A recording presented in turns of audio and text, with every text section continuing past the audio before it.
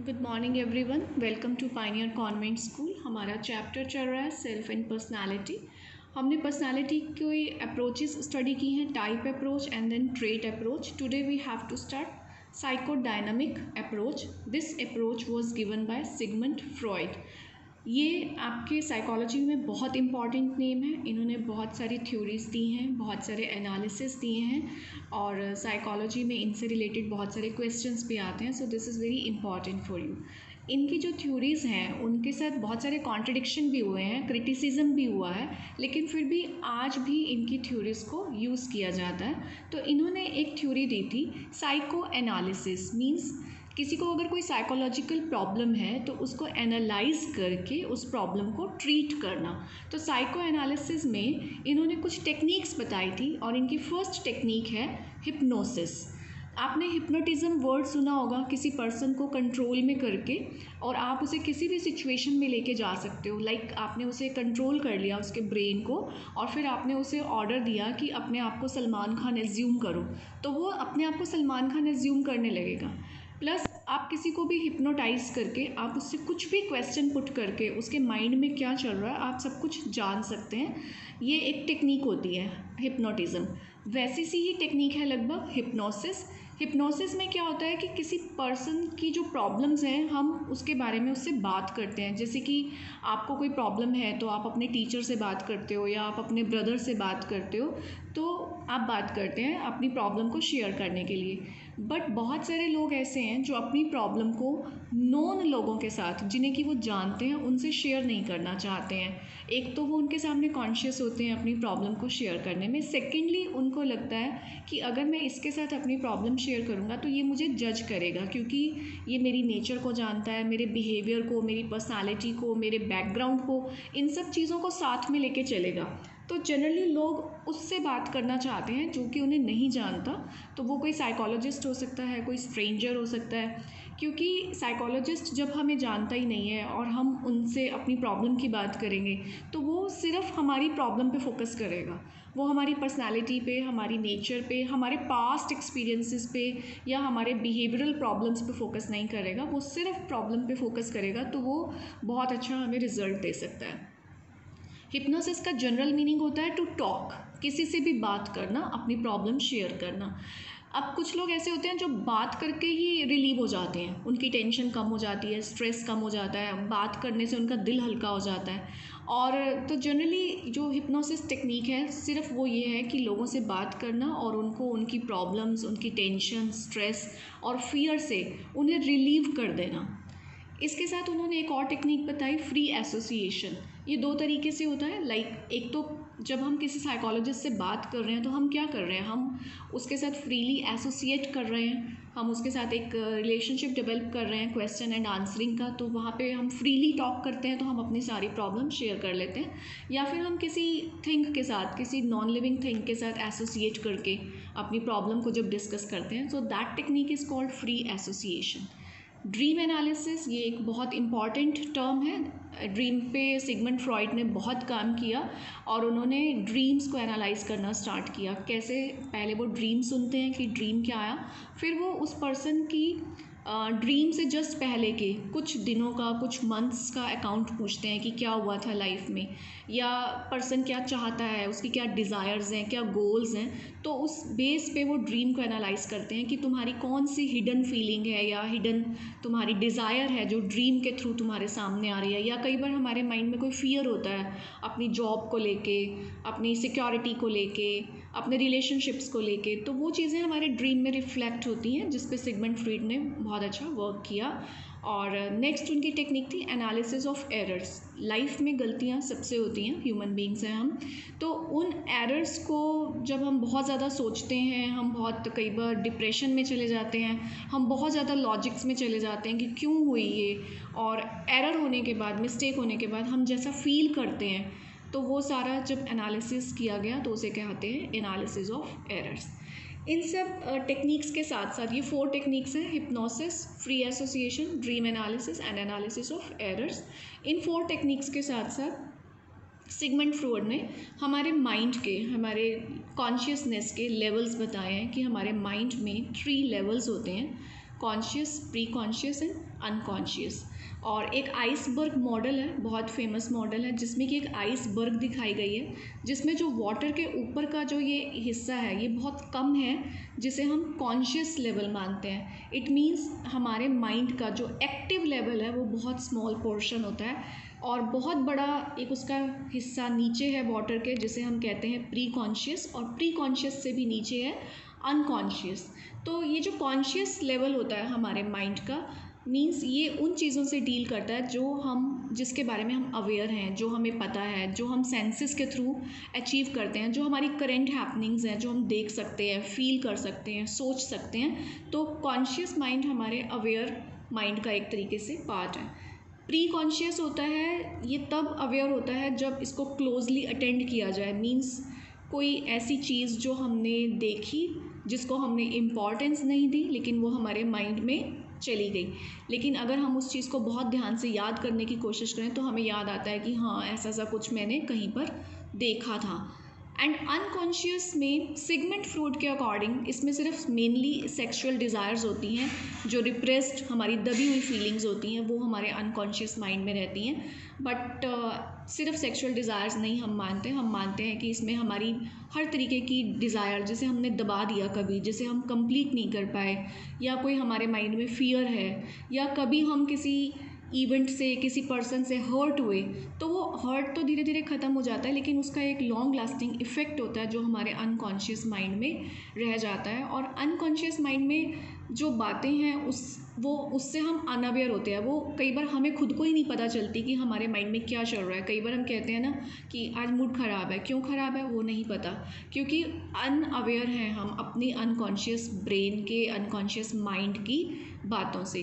तो जो साइकोलॉजिस्ट होते हैं वो क्या करते हैं, जब वो किसी पेशेंट को ट्रीट करते हैं तो वो उसके कॉन्शियस पहले बिहेवियर से बात करना शुरू करते हैं, फिर धीरे धीरे उसके प्री कॉन्शियस में जाते हैं, फिर उसके अनकॉन्शियस में एंटर करते हैं, और फिर वो देखते हैं कि बेसिक प्रॉब्लम कहाँ है, रूट ऑफ द प्रॉब्लम क्या है।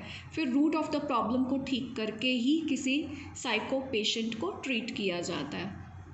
इसके साथ ही सिगमंड फ्रॉइड ने हमें एक और कॉन्सेप्ट दिया, स्ट्रक्चर ऑफ पर्सनालिटी की। जो हमारी पर्सनालिटी होती है उसमें 3 मेन कंपोनेंट्स होते हैं। एक होता है इड, ईगो, सुपर ईगो।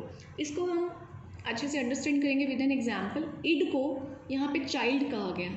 ये हमारी पर्सनालिटी का वो कंपोनेंट है जो प्लेजर प्रिंसिपल पे चलता है।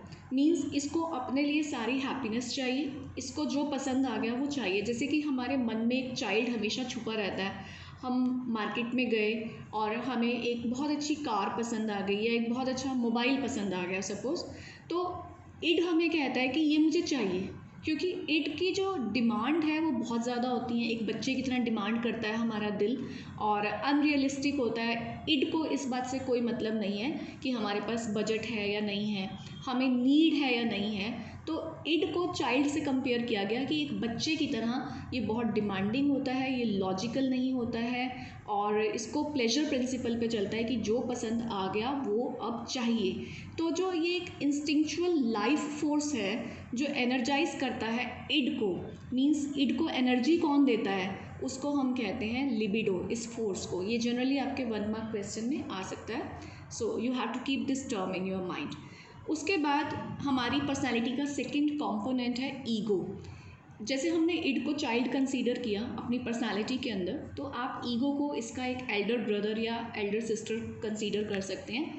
ये रियलिटी प्रिंसिपल पे चलता है।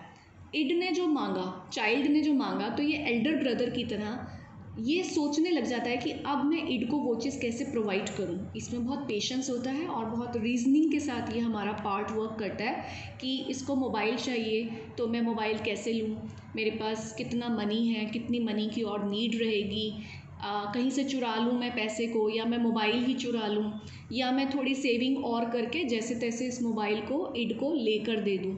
तो इड को जो भी चाहिए हमारा ईगो उसको रीजनिंग वे में ला के देने की ट्राई करता है। थर्ड हमारा कंपोनेंट होता है सुपर ईगो। ये चाइल्ड था, ये ब्रदर था, आप इसे पेरेंट कंसीडर कर लीजिए, कि ये ईगो को कमांड करता है कि you need to think ethical. Ethical होता है राइट और रॉन्ग। ये कंट्रोल करता है ईगो को कि तुम्हें इस चीज़ की नीड नहीं है अभी, इसे मत लो। एक तरीके से ये मोरालिटी से कंसर्न्ड होता है, क्योंकि चोरी भी नहीं करने देनी, ठीक है, और एथिकल में ये सोचना ज़रूरी है कि तुम्हें इसकी नीड है भी कि नहीं है, और अगर तुम नहीं ले सकते हो तो ज़्यादा इसके बारे में सोचना बंद कर दो। तो ये हमारी पर्सनालिटी के 3 कंपोनेंट होते हैं। किसी में कोई कंपोनेंट स्ट्रांग होता है, किसी का कोई कंपोनेंट स्ट्रांग होगा, या किसी में सुपर ईगो स्ट्रांग होगी। अब जिसका इड स्ट्रांग होता है तो हम ऐसी पर्सनालिटी को क्या बोलते हैं कि वो बहुत चाइल्डिश है, वो नासमझ है, वो चीज़ों को समझता नहीं है। किसी में ईगो स्ट्रांग होता है तो हम कहते हैं कि वो बहुत ईगोइस्टिक है और उसे जो चाहिए वो लेगा ही लेगा, वो सिर्फ अपने बारे में सोचता है।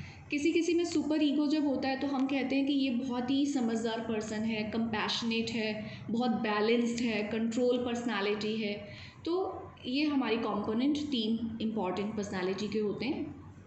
आफ्टर दिस अब ईगो की बात करेंगे कि जैसे ईगो को कोई चीज़ नहीं मिली, मार्केट से उसने कुछ ख़रीदना था, नहीं ख़रीद पाया, या रिलेशनशिप में ईगो हर्ट है कहीं ना कहीं, तो ये ईगो क्या करता है, ये अपने आप को ना डिफेंड करने की ट्राई करता है, अपने आप को सेव करना चाहता है, क्योंकि वो उस हर्ट को, उस इंसल्ट को रिएक्ट करता है एक अलग तरीके के बिहेवियर से। वो बिहेवियर होते हैं, जो बिहेवियर वो अडॉप्ट करता है उसे हम कहते हैं डिफेंस मैकेनिज्म। तो डिफेंस मैकेनिज्म में कुछ बिहेवियर होते हैं डिफरेंट तरीके के, जो अब हम स्टडी करेंगे, जिसे हम कहते हैं ईगो डिफेंस मैकेनिज्म। इसमें 8 स्टेप्स हैं, 8 टाइप्स हैं इनफैक्ट। फर्स्ट टाइप है मैकेनिज्म की रिप्रेशन। इसको बहुत ध्यान से अंडरस्टैंड करें प्लीज़।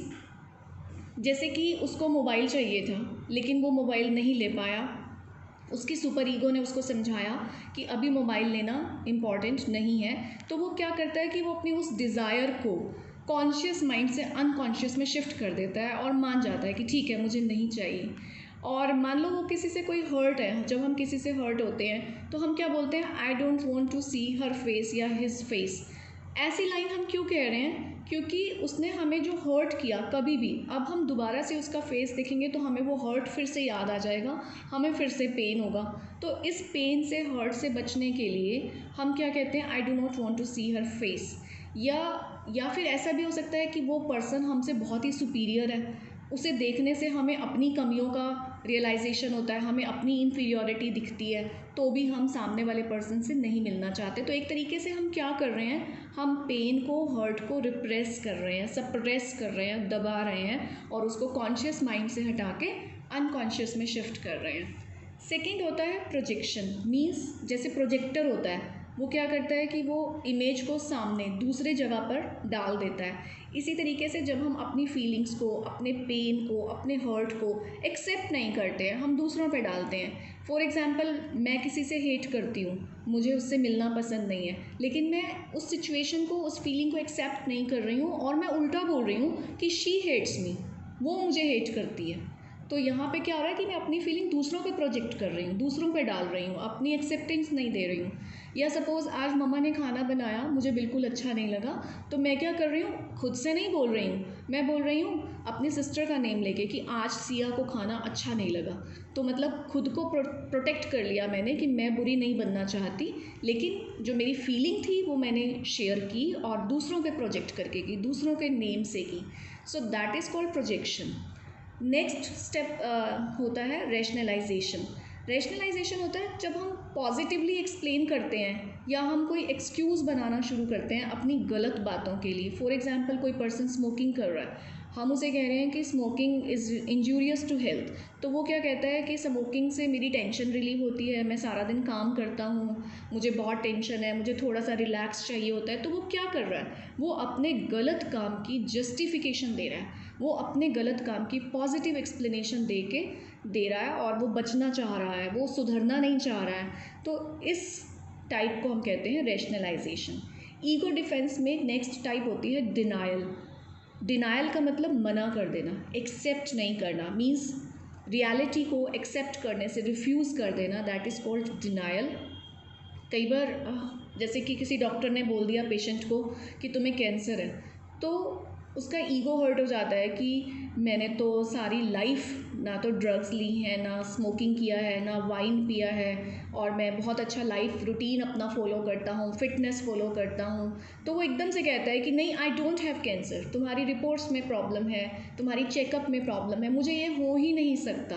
तो हम डिनाई करने लगते हैं चीज़ों को जब हम उन्हें एक्सेप्ट नहीं करते हैं, हमारा ईगो डिफेंसिव हो जाता है। ईगो डिफेंस का नेक्स्ट टाइप है रिएक्शन फॉर्मेशन, कि डूइंग एग्जैक्टली अपोजिट, कि आप जो हो अंदर से उसके बिल्कुल ऑपोजिट बिहेव करना अपनी उस कमी को छुपाने के लिए। आपको बहुत गुस्सा आता है लेकिन आप अपने आप को बहुत काम शो करते हैं लोगों के सामने, तो जब हम बिल्कुल ऑपोजिट बिहेव करते हैं उसे हम कहते हैं रिएक्शन फॉर्मेशन। फॉर एग्ज़ाम्पल, कई लोग बहुत गुस्से वाले होते हैं, वॉयलेंट होते हैं, हिंसक होते हैं, साइको होते हैं, लेकिन वो क्या करते हैं, पीस के लिए मार्चिंग करते हैं, रोड शोज़ करते हैं, लोगों को समझाते हैं कि आपको शांति से रहना चाहिए। घर में भी वो सबको यही समझाते हैं, प्यार से रहना चाहिए, शांति से रहना चाहिए। तो जो आपकी पर्सनालिटी है वो आप शो नहीं कर रहे हैं, आप उसके बिल्कुल अपोजिट बिहेव करके लोगों को बेवकूफ़ बनाते हैं, तो that is called reaction formation. इसका एक एग्जाम्पल और भी है कि जो आजकल के सेंट्स हैं, आपने पिछले कुछ सालों में बहुत सारे सेंट्स के बारे में सुना होगा कि उनके बहुत से रॉन्ग एक्ट सामने आए हैं, और बहुत सारे सेंट्स आजकल जेल में भी हैं कि वो अपने आप को साधु दिखाते हैं, मतलब कि संत दिखाते हैं, लेकिन अंदर से वो कैसे होते हैं, वो उस बिहेवियर को छुपाने के लिए एक जस्ट लाइक ना, जैसे कि वो मास्क पहन लेते हैं अपनी पर्सनालिटी के ऊपर। So that is called reaction formation. Next है डिस्प्लेसमेंट। बहुत सिंपल सा मीनिंग है, एक चीज़ को कहीं से उठा के दूसरी जगह रख देना, that is called displacement. Means आपको गुस्सा आया, आपको किसी ने डांटा, लेकिन आप उसको रिवर्ट नहीं डांट सकते हैं क्योंकि वो आपसे या तो बड़े हैं, या वो आपके टीचर हैं, या वो आपके बॉस हैं। तो आप क्या करते हो, आप अपना वो गुस्सा टेक आउट करते हो ऑन वल्नरेबल। वल्नरेबल होती है वीक पर्सनालिटी, जो आपसे वीकर पर्सन है, वो आपका ब्रदर सिस्टर हो सकता है, या आपकी फैमिली में कोई छोटा बच्चा हो सकता है, या आपका सबॉर्डिनेट हो सकता है कि बॉस पे तो गुस्सा कर नहीं सकते, तो हम अपना गुस्सा जब दूसरों पे निकाल देते हैं, वो भी एक तरीके का हमारा ईगो डिफेंस मैकेनिज्म है। नेक्स्ट होता है रिग्रेशन। ये एक साइको थिंग है कि जब हम इतना ज़्यादा हर्ट हो जाए, या हम किसी सिचुएशन से इतने परेशान हो जाएं कि इसमें कई बार क्या होता है, स्विचिंग बैक टू चाइल्डहुड हो जाता है। जो हमारा चाइल्डहुड बिहेवियर था हम वहाँ चले जाते हैं, जैसे कि नेल्स बाइट करना, अंगूठा चूसने लगना, बैबलिंग करने लगना, कि हम समझ नहीं पाते हैं और हमारा माइंड इतना डिस्टर्ब हो जाता है। इसमें कई बार हमें साइकोलॉजिस्ट की हेल्प लेनी पड़ जाती है इस मैकेनिज्म को जब हम अडॉप्ट करते हैं, but this is very rare. Next हमारा डिफेंस मैकेनिज्म है सब्लिमेशन। ये बेस्ट मेथड है अपनी ईगो को डिफेंस करने का। इसमें क्या होता है, channelising energy into something constructive. ये बहुत बैलेंस्ड वे होता है अपने आप को डिफेंस करने का। सपोज़ मुझे बहुत गुस्सा आ रहा है, आज मुझे बॉस से बहुत डांट पड़ी है, अब मैं उस गुस्से को वल्नरेबल पे निकालने की बजाय, या मैं उसको रिप्रेस करके अपने अनकॉन्शियस माइंड में डाल दूँ, तो वो अनकॉन्शियस माइंड भी कहीं ना कहीं मुझे लेटर स्टेज में हर्ट करेगा। या मैं उस गुस्से को दूसरों पे प्रोजेक्ट करूँ, या मैं उसको रैशनलाइज़ करूँ कि मेरी कोई मिस्टेक नहीं थी, मुझे ऐसे ही डांटा। इसकी बजाय ये है कि उस एंगर की पोजीशन में, एंगर इज़ एन एनर्जी, उस एनर्जी को मैं यूटिलाइज़ कर लूँ। अगर मैं जिम चली जाऊँ, मैं 1 घंटा एक्सरसाइज कर लूँ, या मैं एक डायरी में उस सारी सिचुएशन को राइट अप करना स्टार्ट करूँ, तो क्या होगा कि मेरा हार्ट वेंट हो जाएगा, आउट हो जाएगा, जो मेरे दिल में भरा हुआ है वो बाहर निकल जाएगा और दिल हल्का हो जाएगा। सपोज़ मेरे पेरेंट्स ने मुझे वो मोबाइल लेने से मना कर दिया, जो मेरा फर्स्ट एग्जाम्पल था, तो बजाय पेरेंट्स पे गुस्सा करने के या रिप्रेस करने के कि मुझे तो ये चाहिए ही नहीं था, ये मोबाइल ही बेकार है, मैं कुछ ऐसा सोचूं कि ठीक है, मैं हार्डवर्क करूँगी, मैं बहुत अच्छी जॉब करूँगी और फिर मैं वो मोबाइल ले लूँगी। तो एक कंस्ट्रक्टिव वे जब हम अडॉप्ट कर लेते हैं अपनी ईगो को सेटिस्फाई करने के लिए, ईगो को डिफेंस करने के लिए, that is called sublimation. So students, this all was told by Sigmund Freud. उन्होंने सबसे पहले आपको साइको एनालिसिस टाइप्स बताई हैं कि किस किस टेक्निक्स को आप यूज़ कर सकते हैं, that is hypnosis, association, dream analysis and analysis of errors. फिर कॉन्शियसनेस के लेवल्स बताए हैं। कॉन्शियस जो हमारा अवेयर माइंड है, प्री कॉन्शियस जो तब अवेयर होता है जब हम उससे डीपली हम कुछ भी रिकॉल करते हैं, या हमारा अनकॉन्शियस जिसमें बहुत सारे desire, fears, hurt effect, sexual desire जो हमें खुद को ही नहीं समझ आती हैं, वो भरा हुआ होता है। फिर structure of personality, 3 main components हैं। इड, जो ये प्लेजर प्रिंसिपल पे वर्क करता है, डिमांडिंग होता है एक बच्चे की तरह, इसको सब कुछ चाहिए। ईगो, जो इड को सेटिस्फाई करने की ट्राई करता है। सुपर ईगो, जो ईगो को कंट्रोल करता है और ईगो को मोरालिटी बताता है और उसको सही रास्ते पे चलने के लिए इंस्पायर करता है। जब ईगो की कोई बात नहीं मानी जाती या ईगो हर्ट हो जाता है तो ये डिफेंस मैकेनिज्म को अडॉप्ट करता है अपने आप को सेफ करने के लिए। तो डिफेंस मैकेनिज्म की 8 टाइप्स हैं। रिप्रेशन, कि अपने इच्छा को, अपनी डिज़ायर को दबा लेना, या फिर किसी से बिल्कुल कट ऑफ हो जाना, या अपनी प्रॉब्लम्स को दूसरों पे प्रोजेक्ट कर देना, रैशनलाइज कर देना कि अपनी गलतियों के लिए एक पॉजिटिव एक्सप्लेनेशन दे दें हम, या रियलिटी को एक्सेप्ट करने से रिफ्यूज़ कर दें, या हम बिल्कुल अपोजिट प्रोजेक्ट करें अपने आप को, एक कॉस्मेटिक बिहेवियर डेवलप कर लें कि जो हम अंदर से हैं वो दूसरों को कभी हम नज़र ही ना आने दें, या हम अपना गुस्सा दूसरों पे निकाल दें। रिग्रेशन होता है स्विचिंग बैक टू चाइल्डहुड, वापस चाइल्डहुड में पहुंच जाना, चाइल्डहुड वाली हरकतें करने लगना।